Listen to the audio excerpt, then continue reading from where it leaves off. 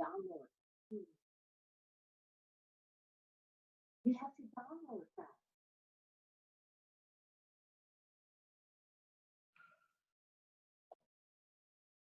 Okay, it says I'm talking. Start video.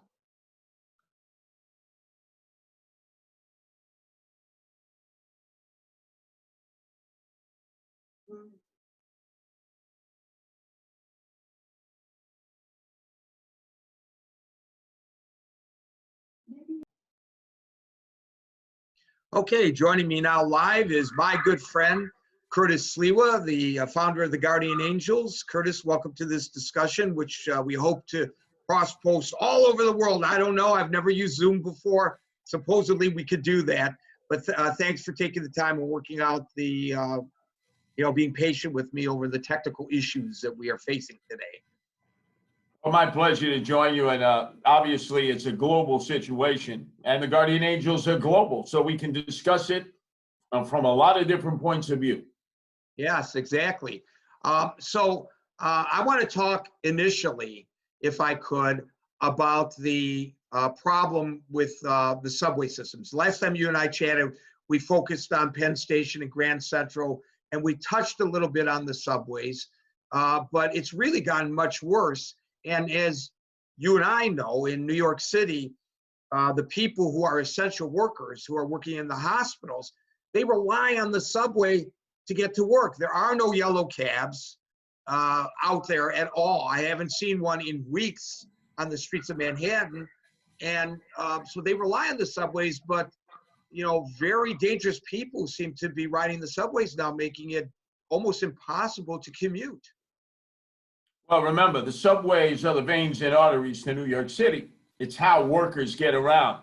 And in these times, whether they're in hospitals, whether they're in medical facilities, whether they're the bus drivers or train operators themselves, they got to take the subways to get to and from their jobs.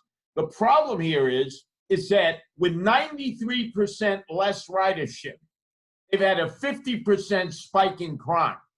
A 50% spike in crime with 93% less riders, because there aren't people in the streets. So if you're a criminal, you're a thug, and you want to stick somebody up, the one place you can go where you can find people is either on the subway platform, where you're waiting at least 20 minutes sometimes for a subway train because they've staggered the service, or you just go onto a train and you thug people up. There's a lot of people, they're avoiding going into certain cars because they become moving homeless hotels for the homeless and the emotionally disturbed. So now all of a sudden you wanted to socially distance people. They're forced into the same cars. And so thugs know that they'll be able to pickpocket, jostle, steal personal items from you. And they'll wave to the cameras, say, see me? Because they got a mask over their face. They got this. It's like they're Jesse James and the Bandits, because they've been told you got to have a mask on.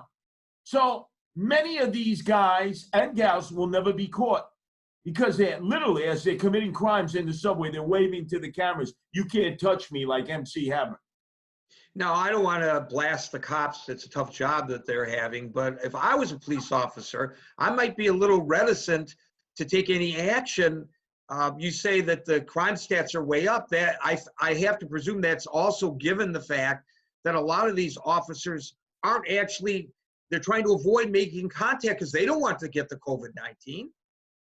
Well, remember, 20% of the normal police force that's out there in uniform patrolling has not been able to show up for work, because either they've been at home recovering from the coronavirus itself, in hospital, some have died, or some have the symptoms, so they've got to self-quarantine for 14 days. 20% of the police department, that's normally about 35,000 people, that's a sizable reduction. And so I know what they've done. They've decided to not patrol the subway system, and it's opened it up as a Alibaba and 40 Thieves bazaar of criminal activity. If you're a thug, you know where to go. Down into the bowels of New York City, into the subways, because it's going to be easy pickings, and you're going to have a route to get out, and there are not going to be any cops in sight. So this must be like flashback for you, because this is why the Guardian Angels started in the first place. Crime running rampant on the subway system in New York City, and then Mayor Giuliani came in, cleaned things up.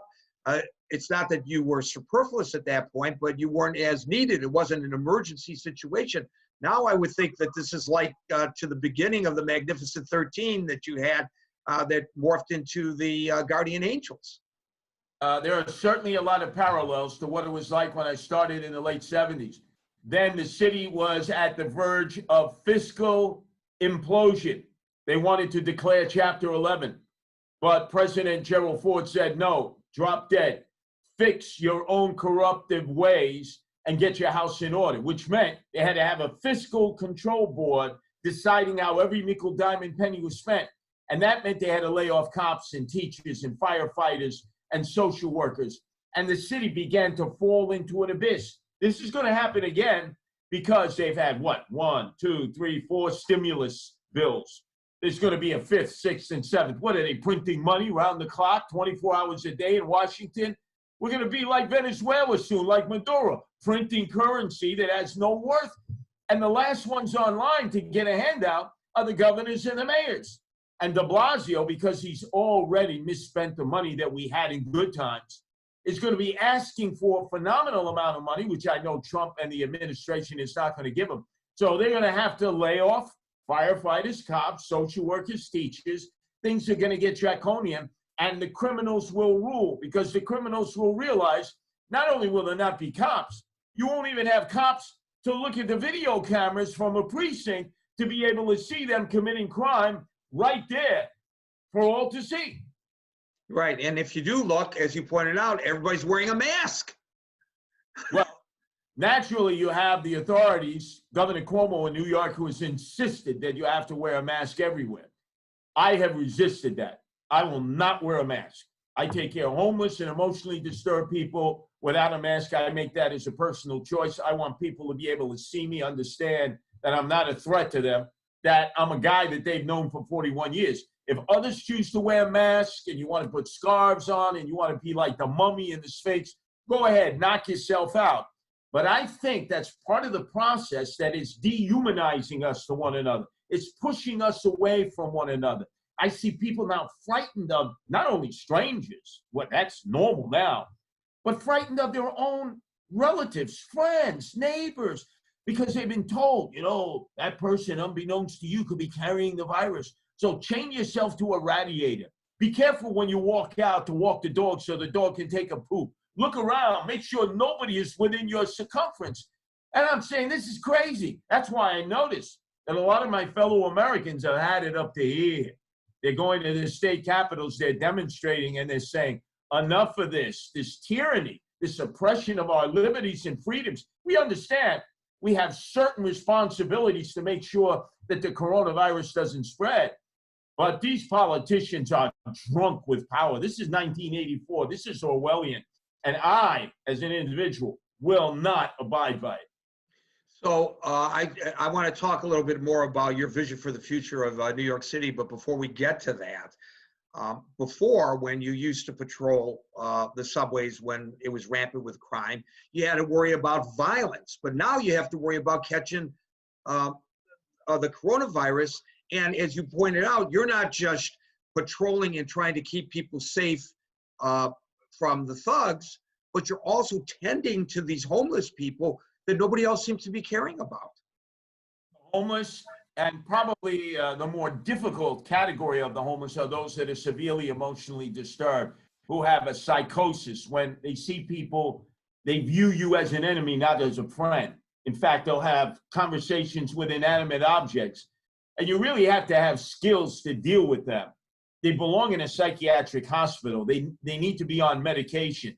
They need to be taken care of. The worst place in the world for them is in a subway, where if you weren't crazy before you were in the subway, I guarantee you, if you were normal, in full control of your mental and physical faculties, spend a few days riding back and forth on the subways, in the subway, where they've closed all the toilets. There are no bathroom facilities, where you have no access to food and nourishment. You will become crazy. and it's just exacerbated the problem. So yeah, we have to be really careful because these men and women are on edge. They're ready to strike out at anybody. They're viewing everyone as an adversary and an enemy. So why the hell would you want to be mayor under these terrible circumstances? It's probably going to be worse by the time you take office if you're successful in running for mayor. Why would you do that? Well, because it's clear that the road out of this decay, and it's really, we're watching a decay of our whole social network, of our infrastructure, of our humanity, is going to be a mayor who's going to have to set the example on how you self-help. It's not going to be Trump who's going to bail us out, or Cuomo, or anyone else, or corporate businesses, or philanthropists. They're not going to have the money initially to be able to do it. People are going to have to start doing more things for themselves, and they're going to have to shut their mouths, stop complaining, always wanting government to take care of them from the cradle to the grave. A lot of these things they're going to have to start doing on their own. That's right, cleaning up their local subway stations, cleaning up the train, which isn't being cleaned by the MTA workers, the subway workers, because 70 of them, the bus and subway workers, have died due to coronavirus. Hundreds are seriously sick as a result. They're not even bothering to clean the system. So the people are going to have to fill the void, and you have to have a leader who sets the example. A, who rides the subway. De Blasio doesn't do that.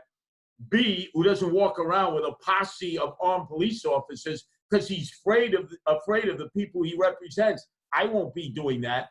And a mayor who takes care of those that are the lowest on the food chain of humanity, the homeless and the emotionally disturbed who are ignored in normal times and completely violated in these extreme times of coronavirus. So I want to also, and by the way, a shout out to the folks at PalTalk who I understand are receiving our feed. PalTalk no stranger to you, and you no stranger to PalTalk. We've done a lot of interviews on PalTalk in the past, so I'm glad that those folks are able to join us. I want to switch gears just a minute here while we have a couple of seconds and talk about a policy that Andrew Cuomo, the governor of New York State, has of taking people who are testing positive and putting them in facilities where there are senior citizens and putting them at risk. I don't understand this. This was a policy that came about because he signed an executive order in an emergency situation, which gives these governors and mayors far too much power. He locked down all the senior citizen homes and the long-term rehab facilities because states are responsible to oversee them. So you, as a friend or a relative, could not get any information from the inside. You had to be hopeful, pray that the attendants inside were taking care of maybe your mother or father, grandparents, aunt, uncle. Then all of a sudden, we saw an extreme jump in the number of people in these senior facilities who were getting coronavirus. And we assumed, oh, it's because of the workers going in and out, the people taking care of them. That may have been the reason, but now we know the real reason. Part of that executive order allowed hospitals who had coronavirus patients who were positive, who were elderly, who fit the definition of the kind of person who could be sent on Medicare or Medicaid to a nearby senior long-term care facility to be sent there instead. And the governor allowed for that. When he was asked a question about that by a reporter from the New York Post, he goes, I didn't know that that's what that executive order could do. And here's the guy who's been made the god, you know, the golden child of all elected officials, who says, I'll take responsibility for my decisions. Well, he won't on this. And his health director, 2 times in a row when asked, has said, no, that will be the policy. That will continue to be the policy. Look, I don't need to be a graduate of medical school. I don't need to have a PhD from Stanford. I know when you take a person that's positive with coronavirus and you put them in a group of senior citizens, they're going to catch it. Why Cuomo and his healthcare czar can't figure that out is beyond me. It's stubborn. It's causing death. And ultimately, it's going to be a scar on this man's reputation. I'm telling you, this is going to come back to haunt him again and again and again, because I'm going to be reminding everyone, you know, your grandmother, your grandfather who died in a senior care facility, the blood of that death is on Cuomo's hands.